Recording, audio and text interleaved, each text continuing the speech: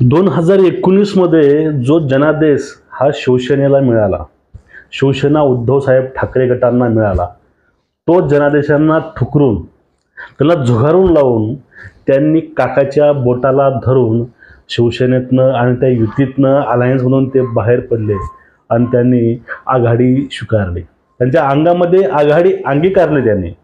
मग त्यावेळेस सगळ्यात महत्त्वाचा मुद्दा होता, तो मुद्दा म्हणजे आपण जो अनादर त्या मताचा केला आहे, त्या मताची किंमत त्यांना चुकवायची होती 2024 मध्ये, तर चुकवलेली आहे. आता पण हे किंमत चुकवेपर्यंत इथपर्यंत यांची अवस्था कोण आणलेली आहे? काका, अक्का, भोंगा ह्या तिघांनी ठाकरेंची आज अशी अवस्था आणलेली आहे, त्यांना स्वतःच्या थोबाडीमध्ये मारून घ्यावं की काय, त्यांची अवस्था आता अशी येऊन ठेपलेली आहे. बघा, मुख्यमंत्री ज्या वेळेस ठाकरे झाले, त्यांना एवढा अभिमान वाटला की एवढी कमी लोक असताना आपण मुख्यमंत्री होऊ शकतो, हे त्यांनी त्यावेळेस बोलून दाखवलंही. फक्त एवढे कमी आमदार असून मुख्यमंत्री होऊ शकतो हे मला शरद पवारांनी करून दाखवलं, किंवा दाखवलं त्यांनी की तुम्ही मुख्यमंत्री होऊ शकता एवढ्या कमी आमदार असताना सुद्धा. पण त्यांना हे कळले नाही की लबाड लांडगा कसं एखाद्या व्यक्तीला काबीज करतं, पण तो आपली लबाडी कधी दाखवत नाही, हे त्यावेळी ठाकरेंना कळालं नाही. या ठिकाणी आपल्याला एक गोष्ट मानावी लागेल.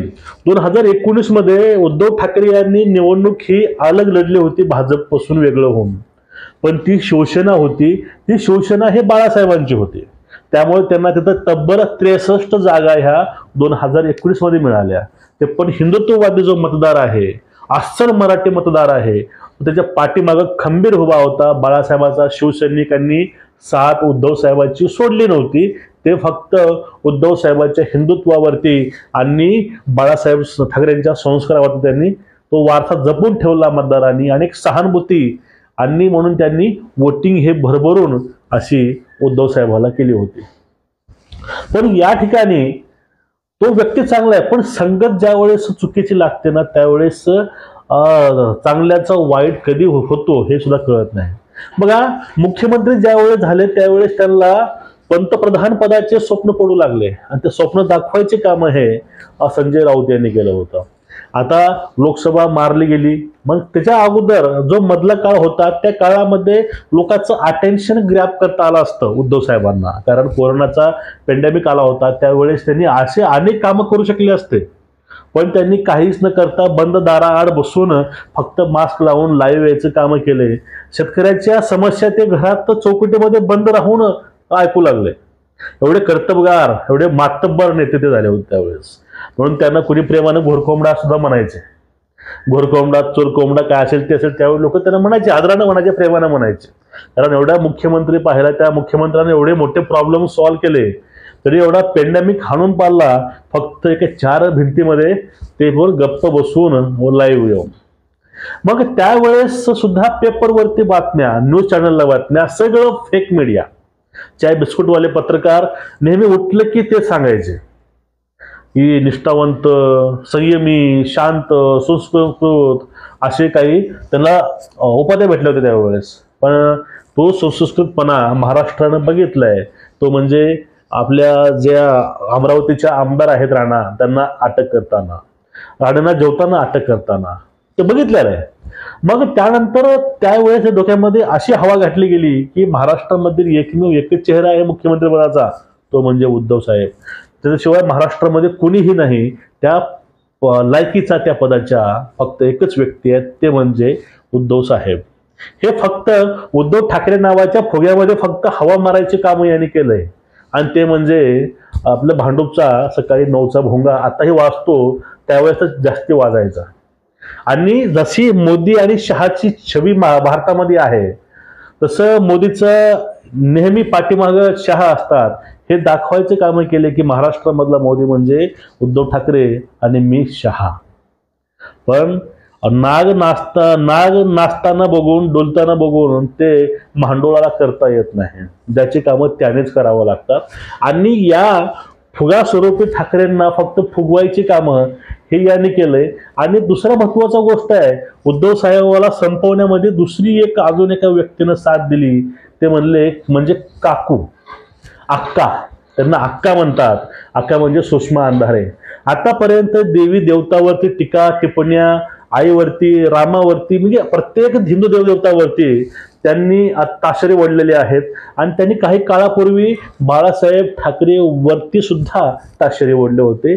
त्यांना यांनी सोबत केलं त्या काळामध्ये, यांना सोबत केलं. मग त्यांच्यापासून जो महाराष्ट्रामधला वारकरी संप्रदाय आहे तो नाराज झाला बिलकुल. आणि पूर्ण आपले तिथून सांगायचे वारकरी संप्रदायामध्ये की काही केलं तर ह्या बाईच्या पक्षाला मतदान करायचं ना. आणि सगळ्यात महत्वाची गोष्ट, आतापर्यंत हिंदू संस्कृतीवरती देवदेवतावरती संभाजी ब्रिगेड नावाची जी संघटना आहे काकांची, ते काम करत आहे.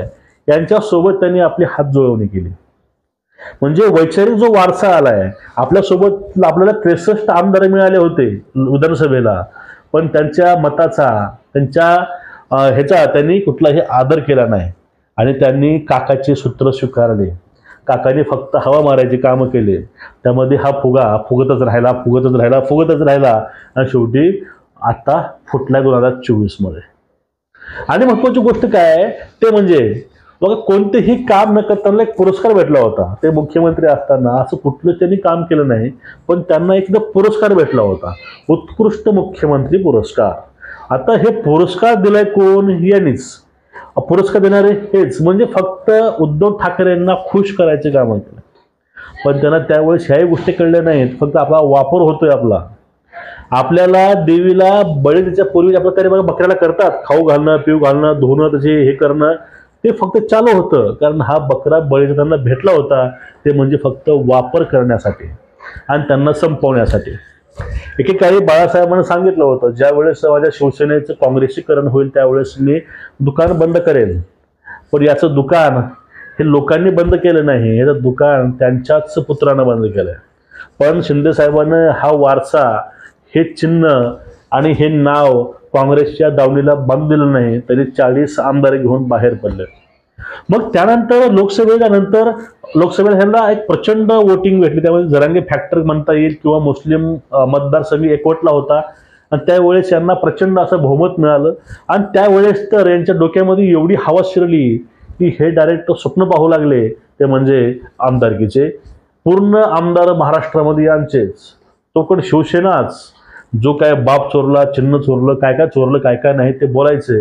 आणि त्यांना वाटलं की मुख्यमंत्री हे आता आपणच आहात. म्हणणार कोण? म्हणणार संजय राऊतच. जनतेच्या मनातील मुख्यमंत्री कोण? उद्धव ठाकरे. आता जनतेच्या मनामधील मुख्यमंत्री म्हणून ज्याप्रमाणे त्या फुग्यामध्ये हवा मारली गेली आणि ती हवा इथपर्यंत होती, हे मी गोष्टी बोलत आहे. त्यांचेच प्रवक्ते आहेत निर्भय होण्याचे निखिल वागळे म्हणतात, 2024च्या लोकसभेनंतर या 5 ते 6 महिन्यामध्ये ज्याप्रमाणे पराचा कावळा करण्यात आला आणि ज्याप्रमाणे यांच्या डोक्यामध्ये हवा शिरली होती, ती हवाच एकमेव पराभवाचं कारण आहे. आणि त्या गोष्टी त्यांनी सुद्धा मान्य केल्या असाव्यात. कारण ह्या जो पराभव मिळाला आहे, हे पराभव नाही, एक चपराक आहे वाट चुकलेल्या राजकुमाराला दिलेली जनतेनं.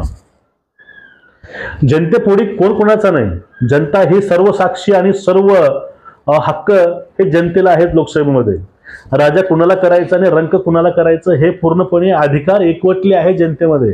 जनतेनं दाखवून दिलंय. ज्यावेळेस एखादा पक्ष एक विचारधारा सोडून आपलं जे मूळ पाया आहे, निम आहे, जे आपले पक्ष आहे, तो सगळं सोडून ज्यावेळेस वाट भटकून चालू लागतो, त्याला ठिकाणावर कसं आणायचं हे जनतेनं दाखवून दिलंय. आणि यामध्ये सगळ्यात भूमिका मोठी आहे ती भूमिका म्हणजे ते माननीय काका हे नाव शरद पवारांचा. 84 वर्षाचे तरुण, त्यांच्या पक्षातील लोक म्हणतात त्यांना काकाला. त्या काकांनी बरोबर असा करेक्ट कार्यक्रम टप्प्यामध्ये घेऊन त्यांचा केलाय. एक पहिल्यापासून 2 वेळेस त्यांनी पहिलं शिवसेना फोडलेलीच आहे. आणि तरी आता शिवसेना फोडली नाही, त्यांनी शिवसेना डुबवली पूर्णपणे. फक्त हातामध्ये खुळखुळे घेऊन वाजवायचे कामं फक्त त्यांनी ठेवलेले आहेत ठाकरे गटाकडे सध्या. एकेकाळी 63 घेऊन येणारे आता फक्त 20 वर थांबलेत. आता 20 हे तुणतुणे वाजवतील, हे खुळखुळे वाजवतील, हे जरा काळ सांगेल.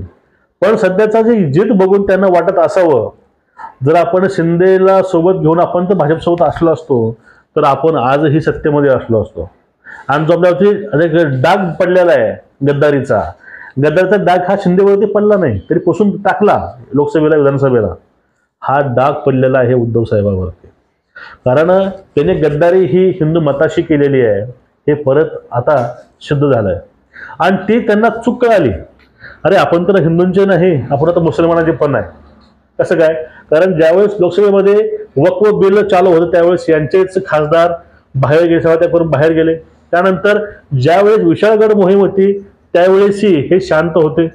म्हणजे त्यांनी अपेक्षाभंग हा मुस्लिमांचा हे केला आणि त्यांनी अपेक्षाभंग हा हिंदूंचा पण केला. आता त्यांची अवस्था अशी होऊन बसली आहे, ना घरका ना घाटका. आता मुंबई निवडणूक आहे मनपाची, महानगरपालिकेची.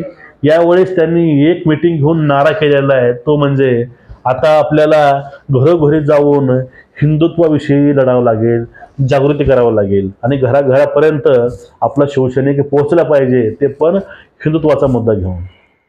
आता ह्या थापा भूलतापा काय असतील पण ह्या सगळ्या जनतेला कळाले आहेत. आणि त्यांचेच लोक आता म्हणतात की आपण आता आघाडीपासून वेगळं होऊ, तो आपला नॅचरल पक्ष नाही, तो आपला युती नाहीच आपली नॅचरल. त्यामुळे आता त्याच्यावर दबाव येतोय ठाकरेवरती. पण तुर्तास मित्रांनो, या ठिकाणी ह्या विधानसभेला ह्या राजकीय पटलावरती ह्या राजकीय खेळामध्ये जर गेम कुणा झाला असेल, कुणाला आऊट करण्यात आला असेल, ते आऊट ठाकरेंना केलेलं आहे. आणि ते आऊट केलेलं आहे काकांनी आणि अक्कांनी. आणि विश्वप्रवक्ते जे आहेत भोंगा फेम संजय राऊत यांची त्यामध्ये सगळ्यात मोठी भूमिका आहे. कारण मित्र चांगला असेल तर भिकाऱ्याचा सुद्धा राजा होतो, आणि मित्र तर कपटी असेल, मित्र स्वार्थी असेल, मित्र जर राऊत सारखा असेल तर कधी राजाचा रंक होतो हे कळणार सुद्धा नाही. आणि खास करून काकांनी आणि अक्कांनी दोघांनी सगळा बँड वाजवलाय उद्धव ठाकरेंचा, ही गोष्ट नाकारता येत नाही.